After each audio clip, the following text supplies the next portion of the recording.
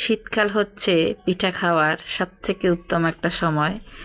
তো এখানে আমি দুধ চিতই পিঠা তৈরি করেছি, চলুন দেখিনি কিভাবে তৈরি করে নিলাম। এখানে চালের গুঁড়া সাথে নারকেল দিয়ে ভালো করে ব্লেন্ডার করে নিয়েছি, ঘনত্বটা ঠিক এমন হবে। এই তাওয়াটা খুব ভালো করে গরম করবেন, এরপর হচ্ছে পিঠাগুলো দেবেন। এটা কিন্তু আমার প্রথম খোলার পিঠা ছিল, দেখেন মাশাল্লাহ কত সুন্দর হয়েছে। খোলাটা ভালো করে গরম করলে কিন্তু পিঠাগুলো অনেক ভালো হয়। আর আমি এখানে ব্লেন্ডার করেছি, গরম পানি কিন্তু ব্যবহার করিনি। তারপরও দেখেন মাশাল্লাহ কত সুন্দরভাবে প্রত্যেকটা পিঠাই কিন্তু ফুলকো ফুলকো হয়েছে। এই ফুলকো ফুলকো পিঠাগুলোও কিন্তু রসের গুড় দিয়ে কিন্তু খেতে ভালোই লাগে। তো আজকে আমি হচ্ছে এটা ভিজাবো, এর জন্য তৈরি করেছি। এই যে দুধটাকে আগে জাল করে নারকেল দিয়ে এরপর পিঠাগুলো দিয়ে নিয়েছি। এখানে আগেই গুড় দেওয়া যাবে না, দুধটা একদম সহনীয় পর্যায়ে ঠান্ডা হলে তখন হচ্ছে আমি গুড় দেবো। তো গুড়টা তৈরি করে নিচ্ছি।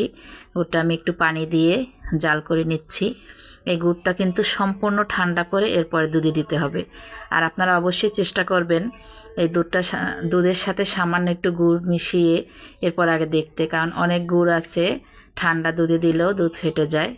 এই যে দেখেন আমি গুড় মিশিয়ে এরপরে, এটা কিন্তু রান্না করিনি, এভাবে আমি সন্ধ্যায় পিঠাগুলো তৈরি করে এরপর ভিজিয়ে রাখবো সারা রাত্র। এই যে দেখেন ঠান্ডা হয়ে যাওয়ার পরে কিন্তু আমি গুড়গুলো মিশিয়েছি। আমার দুধটা কিন্তু একদম ঠিক আছে। দেখেন পিঠাগুলো মাশাল্লাহ সুন্দরভাবে ভিজে অনেকগুলো ছিল দুধের শিরা, এখন দেখেন কতটুকু হয়ে গেছে।